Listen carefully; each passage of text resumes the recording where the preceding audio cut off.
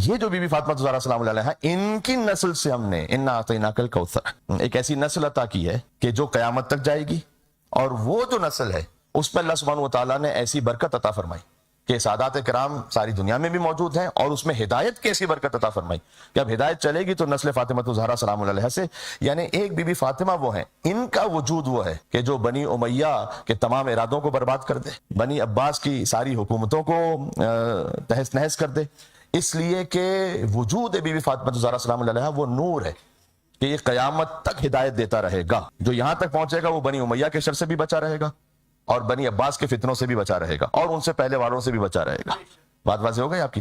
تو یہ ہے وہ حقیقت کہ ایک طرف ہے شجرہ مبارکہ جس کی بنیاد ہے بی بی فاطمہ زہرا، جس کا مرکز بلکہ میں کہوں بی بی فاطمہ زہرا ہے، کہ یہ فاطمہ ہیں، یہ فاطمہ کے بابا ہیں، یہ فاطمہ کے بچے ہیں، یہ فاطمہ کی اولاد ہے۔ اس لیے وہ خاص درود بھی آپ اپنے ذہن میں رکھیے گا، کبھی آپ سخت ترین مشکل میں ہو تو اس حاجت کی نیت سے اس درود کو پڑھیں، اور واقعی اکسیر اعظم ہے، کبریت احمر ہے یہ درود، میں آپ کی خدمت میں پڑھ رہا ہوں، آپ بعد میں اس کو ریکارڈنگ میں دیکھ سکتے ہیں، حدیث قصہ ہی کی طرح ہے، ایک لفظ کے اضافے کے ساتھ اور تھوڑی سی فارمیشن کی تبدیلی کے ساتھ۔ وہاں ہم فاطمہ تو و ابوہا و بعلہا و بنوہا، وہ حالت رفعی میں ہے، پیش ہے، یہاں حالت جری میں ہے، اللہم صلی علی فاطمہ و ابیہا زیر کے ساتھ ہے، اللہم صلی علی فاطمہ و ابیہا و بعلہا و بنیہا والسر المستودع فیہا بعدد ما احاط بہ علمک۔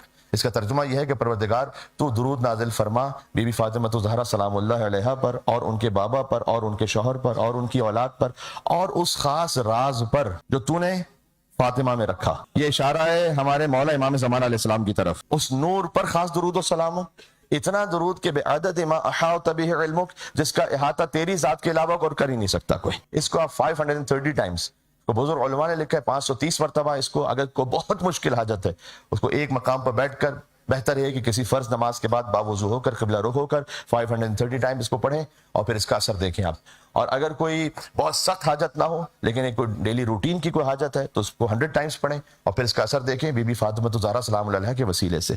یہ واقعاً ایک ایسا درود ہے اور ایک ایسا ذکر ہے، خود اسی سے شبیہ آیت اللہ مرشی نجفی نماز کی قنوت میں پڑھا کرتے تھے، اور وہ اس انداز سے پڑھتے تھے کہ اللہم انی اسألک، پروردگار میں تجھ سے سوال کر رہا ہوں، بحق فاطمہ و ابیہا و بعلہا و بنیہا والسر المستودع فیہا، کہ بی بی کے وسیلے سے، اور ان کے بابا، اور ان کے شوہر، ان کی اولاد کے وسیلے سے، اور اس راز کے وسیلے سے، یعنی امام زمان علیہ السلام کے وسیلے سے جو تو نے حضرت سیدہ میں رکھا، ان کا نور، کہ ان تصلی علی محمد و آل محمد، کے دو درود و سلام نازل فرما محمد اور آل محمد علیہ السلام پر، وان تفعل بما انت اہل ولا تفعل بما انا اہل، اور میرے ساتھ وہ سلوک فرما جس کا تو اہل ہے، وہ سلوک نہ فرما جس کا میں اہل ہوں۔ یہ آیت اللہ مرشی نجفی کا نماز کے قنوت کا ڈیلی کا وظیفہ تھا۔ کوئی عزیزوں، بات تمام ہو رہی ہے اس بات پر کہ شجرہ مبارکہ کا مرکز ہے بی بی فاطمہ سلام اللہ علیہا۔ مباہلہ میں بھی اسی کیفیت میں بی بی گئی ہیں۔ میں آپ کی ایک نقطے پہ خاص توجہ چاہتا ہوں، شاید اس زاویے سے بھی ہو سکتا ہے کہ یہ بات کچھ اس قابل ہو کہ آپ اسے سماعت فرمائیں، دعا سے نوازیے گا۔ مباہلہ مجھے نہیں پڑھنا، لیکن آپ اس میں اس مرکزی حیثیت کو دیکھیے گا۔ ایک تو یہ کہ مباہلہ فتح ہوا ہے بی بی فاطمہ زہرا کی وجہ سے۔ کیوں؟ اس لیے کہ نجران کے عیسائی وہ رسول اللہ کو تو دیکھ رہے تھے، مولا علی کو بھی دیکھ رہے تھے مسجد میں، امام حسن امام حسین بھی مسجد میں آتے تھے۔ کون سی ایک ہستی اضافہ ہو گئی یہاں پر کہ جن کا اضافہ ہونا نجران کے عیسائیوں کو کہنے پر مجبور کر گیا کہ ہم ان جہروں کو دیکھ رہے ہیں کہ اگر یہ دعا کریں تو پہاڑ اپنے مقام کو چھوڑ دے گا۔ آیت ہے فمن حاجک فیہ من بعد ما جاءک من العلم فقل تعالوا ندعو ابناءنا وابناءکم ونساءنا ونساءکم وانفسنا وانفسکم۔ یہاں پلورل کا صیغہ ہے، پلورل یعنی ابناءنا وابناءکم، تم اپنے بیٹوں کو لاؤ، اپنے بیٹوں کو لاؤ۔ عربی زبان میں پلورل کا صیغہ ہے 3 کے لیے کم از کم، اور اس سے زیادہ، یعنی کم سے کم 3 بیٹوں کو لے کر آؤ، اور کم سے کم انفسنا وانفسکم 3 نفسوں کو لے کر آؤ، اور کم سے کم نساءنا ونساءکم 3 عورتوں کو لے کر آؤ۔ تو آیت میں گنجائش کتنی ہے جانتے ہیں آپ؟ حضور مکرم کے علاوہ 9 افراد کی گنجائش ہے کم از کم، 3 بیٹے، 3 نفس، 3 عورتیں۔ رسول اللہ لے گئے 2 بیٹے، 1 نفس، 1 عورت۔ ذرا غور فرمائیے گا۔ پھر مجھے مولانا اظہر حسن ظہری صاحب یاد آ گئے، فرماتے ہیں کہ ابناءنا وابناءکم، تو اپنے بیٹوں کو لاؤ، اپنے بیٹوں کو لاتے ہیں۔ تو حضور مکرم کے بیٹوں میں اب کوئی اور بیٹا تو تھا نہیں، اب لوگوں کو یہ ایکسپیکٹیشن تھی کہ ہم امت میں ہیں تو رسول کے بیٹے بن کر ہم جائیں گے۔ اب اسے وہ خاص اپنے انداز میں بیان کرتے تھے کہ کیسے سوٹڈ بوٹڈ لوگ صبح کو پہنچے، مثلاً زبان حال وہ پڑھ رہے کہ ہم بھی مباہلہ کے لیے تیار ہیں جانے کے لیے۔ تو حضور مکرم نے، یہاں عربی بھی ہے، یہاں اردو بھی ہے، یہ آپ کی سماعتوں کے حوالے، حضور مکرم نے حسن و حسین علیہ السلام کو دیکھا اور فرمایا یہ ہے میرے ابنا آنا اور تم اب نہ آنا۔ اب یہ لفظ یاد رہے گا آپ کو، ابنا آنا۔ قرآن کا لفظ ہے، یہ یاد رہے گا آپ کو. 2 بیٹوں کو لے کر کے حضور میں کرا، حکم تھا 3 بیٹوں کا، اور ایک نفس کو لے گئے. یہ ایک نفس کا مطلب امام فخر الدین رازی نے یہاں پر ایک غوغا کیا ہے، یعنی انہوں نے لکھا کہ نفس رسول کی منزل کیا ہے. نفس کا مطلب یہ ہے کہ جو رسول جیسا ہو. نفس یعنی آپ کہتے ہیں نا میں بنفس نفیس، میں خود. نفس کا مطلب ہے کہ وہ خود، یعنی رسول جیسا، بالکل رسول جیسے کہہ سکتے مائی سیلف. وہ ہیں علی بن ابی طالب علیہ السلام. سوائے اس کے کہ رسول جیسے خود استثناء کر دیں جس فضیلت کو، ہر وہ فضیلت جو رسول اللہ کو حاصل ہے نفس رسول کے اندر چھپا ہوا ہے وہ علی بن ابی طالب کو حاصل ہے. رسول نے ایک استثناء فرمایا الا انہ لا نبی بعدی، میرے بعد کوئی نبی نہیں آنے والا. نبوت کا استثناء فرما دیا، باقی سب کچھ جو رسول اللہ کو حاصل تھا وہ علی بن ابی طالب علیہ السلام کو حاصل تھا. اس کی تفصیل کبھی اور. اس خاطر ہے کہ اسی موقع پر امام فخر الدین رازی نے اس حدیث کو لکھا ہے کہ سید الانبیاء حضور مکرم، تو پھر نفس رسول ہونے کا تقاضا یہ کہ علی بن ابی طالب بھی افضل ہو تمام انبیاء سے. پھر اس استدلال کو باطل بھی کر دیا خود انہوں نے. چلے میں سنا دیتا ہوں جلدی سے تاکہ بات پوری رہے، ادھوری بات نہ رہے.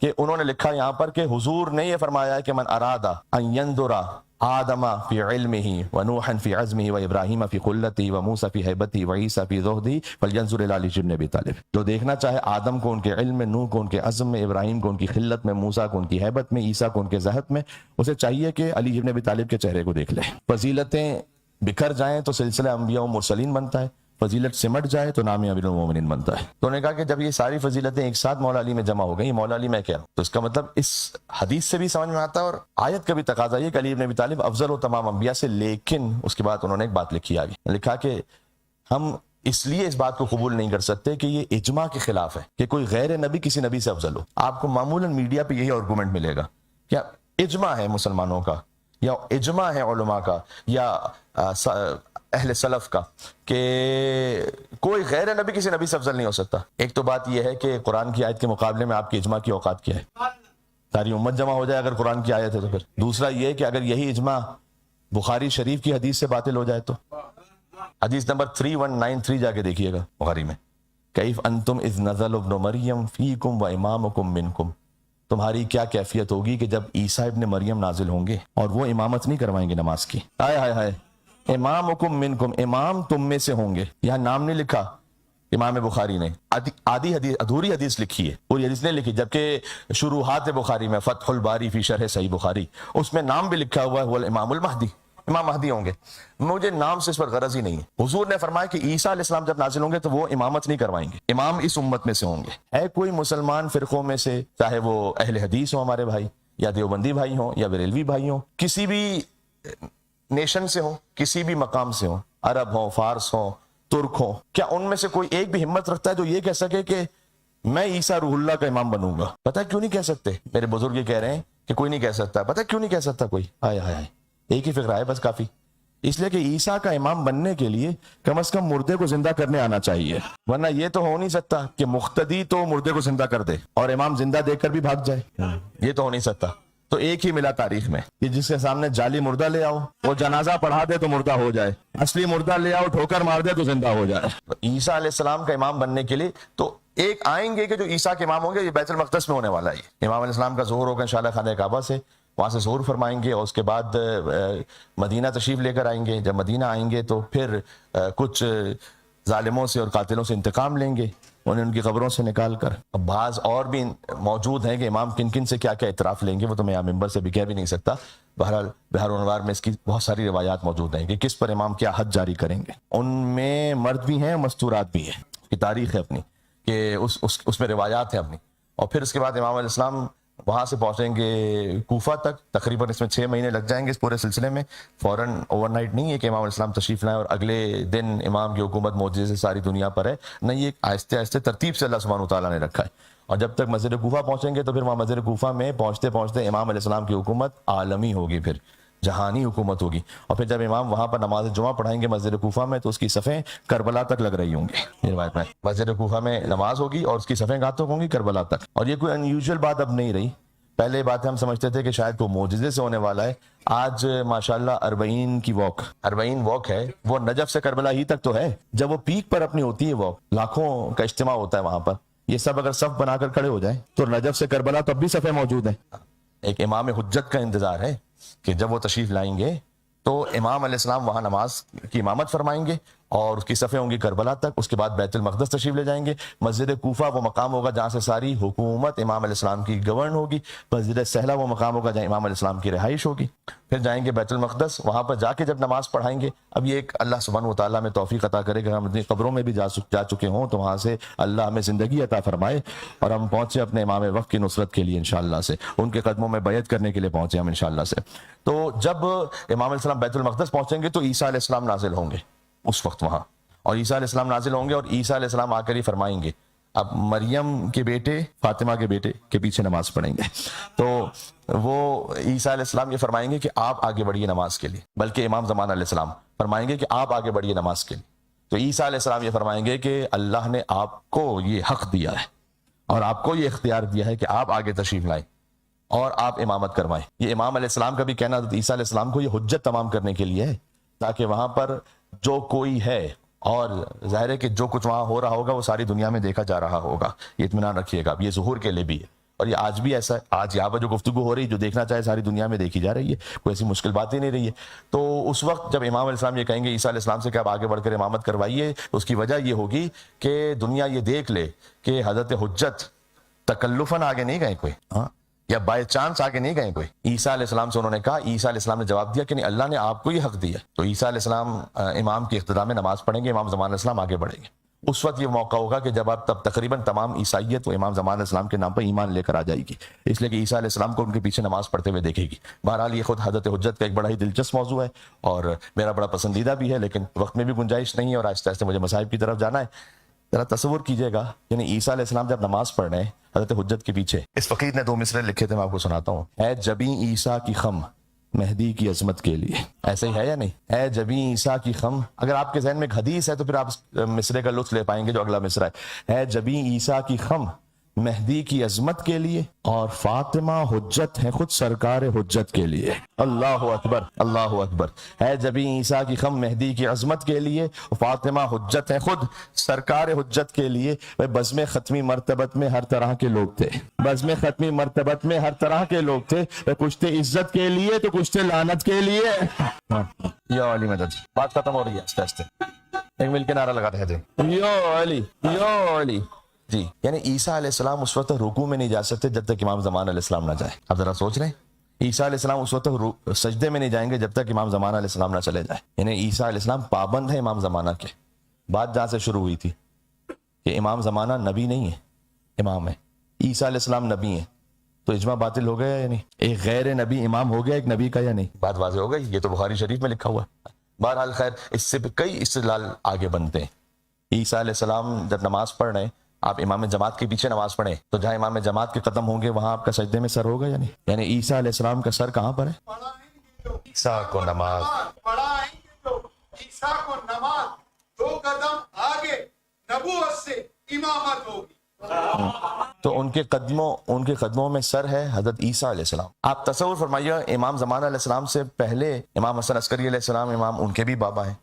امام حسن عسکری علیہ السلام نے نماز پڑھی ہو اپنے بابا کے پیچھے, تو امام زمان علیہ السلام کا سر امام حسن عسکری علیہ السلام کے قدموں میں ہوا. حسن عسکری علیہ السلام نے نماز پڑھی ہو امام علی نقی علیہ السلام کے پیچھے, ان کا سر ہوا امام علی نقی علیہ السلام کے قدموں میں. امام علی نقی علیہ السلام کا سر اقدس امام محمد تقی علیہ السلام کے قدموں میں. امام محمد تقی علیہ السلام کا امام رضا علیہ السلام, امام رضا علیہ السلام کا امام موسیٰ کاظم علیہ السلام, امام موسیٰ کاظم علیہ السلام کا امام جعفر صادق علیہ السلام, امام جعفر صادق علیہ السلام کا امام محمد باقر علیہ السلام, امام محمد باقر علیہ السلام کا امام زین العابدین علیہ السلام, امام زین العابدین علیہ السلام کا سر امام حسین علیہ السلام کے قدموں میں, اور حسنین کریمین کا سر علی بن ابی طالب کے قدموں میں. وہ علی کے جس کے قدموں میں 11 امامتوں کے سر موجود ہوں. کسی بدو عرب کی اوقات کیا تھی کہ علی سے بیعت کا مطالبہ کر سکے؟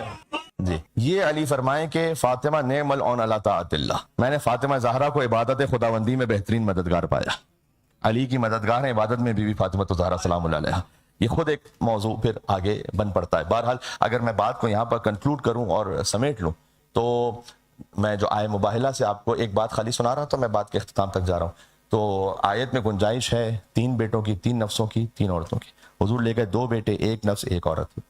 لیکن اچھا یہ کیوں ایسا کیا حضور نے؟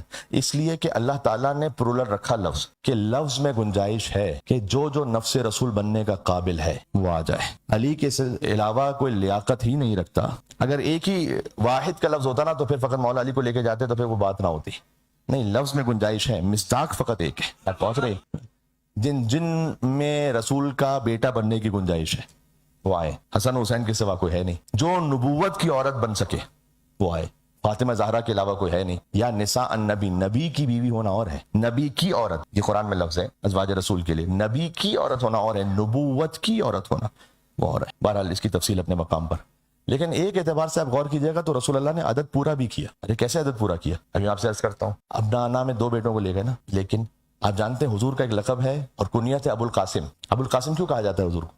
امام رضا علیہ السلام سے کسی نے پوچھا کہ آپ کے جد کو ابو القاسم کیوں کہتے ہیں؟ حضور نے فرمایا, امام رضا علیہ السلام نے فرمایا کہ میرے جد کو ابو القاسم اس لیے کہتے ہیں کہ کیا تم جانتے ہو کہ میرے جد علی وہ ہے قسیم جنت و نار. تو جو جنت جہنم کو تقسیم کرنے والا ہو اسے عربی میں کیا کہتے ہیں؟ قاسم. جو تقسیم کرنے والا ہو اسے قاسم کہتے ہیں. اور علی شاگرد رسول ہے. کاش میری بات پہنچ سکے, دستہ نہ ہوئیے گا, بس میں بات تمام کر رہا ہوں. علی شاگرد رسول ہے, یعنی رسول اللہ علی کے روحانی باپ, کیونکہ استاد باپ کی جگہ پر ہوتا ہے. تو علی قاسم ہے اور رسول ابو القاسم ہے. بات پہنچ رہی ہے؟ اس لیے کہ علی کے روحانی باپ ہیں. یہ امام رضا علیہ السلام نے فرمایا کہ ابو القاسم رسول اللہ کو اس لیے کہا جاتا ہے. اس نے پوچھا کہ ابو القاسم کیوں کہتے ہیں, تو پہلے امام نے فرمایا کہ حضور کے ایک بیٹے تھے قاسم, اس لیے ان کو ابو القاسم کہتے ہیں. کہ حل ترانی اہلا زیادہ, کیا مجھے اس بات سے زیادہ کا اہل سمجھتے ہیں کہ کچھ اور بھی گہرائی عطا فرمائے. اس وقت امام نے فرمایا کہ کیا تم جانتے ہو کہ علی قاسم ہے اور رسول ابو القاسم ہے. تو علی بیٹے ہو گئے رسول اللہ کے روحانی طور پر. تو کتنے بیٹے گئے مباہلہ میں؟ عدد پورا ہو گیا. بات پہنچ رہی ہے؟ 3 نفسوں کو لے کر آؤ. امام رضا علیہ السلام ہی سے مامون نے کہا تھا کہ آپ کو بڑا ناز ہے کہ اپنا انا میں آپ شامل ہیں. امام نے کہا نہیں, اصل ناز ہمیں انفسنا پر ہے. اللہ اکبر. اصل ناز تو بچے نے نعرہ لگایا میرے خیال میں جی. اب بچہ جب نعرہ لگا دے تو مجھے 2 مصرے یاد آتے ہیں. شجر سب ہر زن ہوتے ہیں, غنچے بول پڑتے ہیں. ہے میرے ساتھ آپ تھوڑا سا بیدار ہو کے سنیے. شجر سب ہر زن ہوتے ہیں, غنچے بول پڑتے ہیں, اور علی کا ذکر آ جائے تو شجرے بول پڑتے ہیں. ہائے ہائے, بات تمام ہو رہی ہے. یا علی یا علی اللہم صلی علی محمد. شجرہ مبارکہ زیتونیہ پہ بات ہو رہی ہے. آئے نور کو میں تمام کر رہا ہوں آج. تو امام رضا علیہ السلام نے کیا فرمایا؟ ہمیں اصل ناز ہے انفسنا پر. مامون نے ایک اور مرتبہ پوچھا تھا کہ اگر ابنا انا کا لفظ قرآن میں نہ ہوتا تو آپ کی کیا فضیلت رہ جاتی؟ امام نے کہا قرآن میں فقط اپنا انا نہیں ہے بلکہ انفسنا بھی ہے, ہم انفسنا میں بھی شامل ہیں. تو امام حسن علیہ السلام بھی نفس رسول ہے, امام حسین علیہ السلام بھی نفس رسول ہیں. تو بھائی کتنے نفس گئے مباہلہ میں؟ عدد پورا ہو گیا. ہائے ہائے, بات پہنچ رہی ہے. 3 بیٹے ہو گئے, 3 نفس ہو گئے, 3 عورتیں. یہ معاملہ عدد کیسے پورا کریں گے؟ ایک ہے سیدہ لیکن 3 نسبتوں کے ساتھ ہے وہاں پر. میرا ساتھ دیجیے گا ذرا, میں بالکل اختتام پر آ گیا ہوں. سیدہ ایک ہے لیکن 3 نسبتوں کے ساتھ ہے. نبوت کی بیٹی بن کر گئی, ولایت کی زوجہ بن کر گئی, امامت کی ماں بن کر گئی. یہ مطلب ہے ہم فاطمہ تو و ابوہا و بالوہا و بنوہا. اللہ اکبر. بات پہنچ گئی؟ سبحان اللہ. یہ 3 نسبتوں سے فاطمہ ہے. ایک مباہلہ میں ہے لیکن 3 نسبتوں سے. محمد کی بیٹی بن کر, علی کی زوجہ بن کر, امامت کی ماں بن کر. سبحان اللہ. میں اس کو شاید پیش کر چکا ہوں لیکن چلیں, تبرکن ہے, موضوع ہی میں دوبارہ سے آ رہا ہے کہ یہ ہے سیدہ مرکزی حیثیت کے. کرتی ہے تیری ذات کبھی بات خدا سے, اور ملتی ہے محمد کو شفا تیری قصا سے. کہ راضی نظر آتے ہیں علی تیری رضا سے, کہ حسنین بھی بنتے ہیں سخی تیری عطا سے, کہ زینب بھی ہے پاکیزہ تیری پاک رضا سے, اور بن جاتا ہے عباس بھی بس تیری دعا سے. تو ہم خوش ہیں کسی سے تو فقط تیری خوشی پہ, اور جس سے تو ناراض ہو لعنت ہے اسی پہ.